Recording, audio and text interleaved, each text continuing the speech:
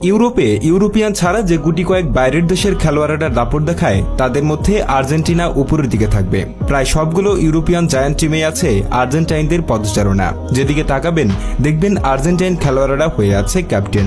প্রথমে আসি আর্জেন্টাইন বাসপাখি খ্যাত এমি মার্টিনেজের কথায়। প্রিমিয়ার লিগে অ্যাস্টন ভিলাকে বহুদিন ধরে সফলভাবে নেতৃত্ব দিয়ে আসছে এমি। এবারে আসি চেলসির আর্জেন্টাইন অধিনায়ক এনজো ফার্নান্দেজের কথায়।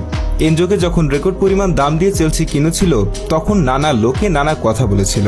প্রথম সিজনে এনজো আশানুরূপ সাফল্য বয়ে আনতে পারেনি। নিয়মিতভাবে গোল অ্যাসিস্ট না পাওয়ার জন্য ট্রল হতেন। তবে এখনকার এনজো ফার্নান্দেজ যেন সম্পূর্ণ বিপরীত। নিকোলাস ওটামেন্ডি বহু বছর ধরে আর্জেন্টাইন টিমের একজন নিবেদিত প্রাণ সৈনিক। বর্তমানে পর্তুগিজ ক্লাব বেনফিকার সফল একজন অধিনায়ক তিনি। তার ক্যাপ্টেন্সিতে প্রায় প্রতি বছরই চ্যাম্পিয়ন্স লিগ খেলছে বেনফিকা।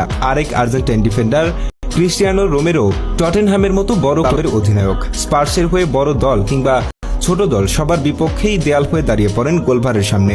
ক্যাপ্টেন রোমেরোর আন্ডারে স্পার্স 17 বছরের ট্রফি খরা কাটিয়ে 2024-25 মৌসুমে ইউরোপা লিগ জিতে।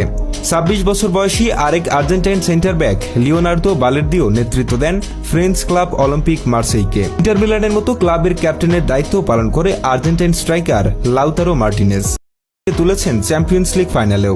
দলের হয়ে গোল করা তার প্রধান ভূমিকা হলেও একজন লিডার হিসেবে তিনি কোনো দিক থেকে পিছিয়ে নেই।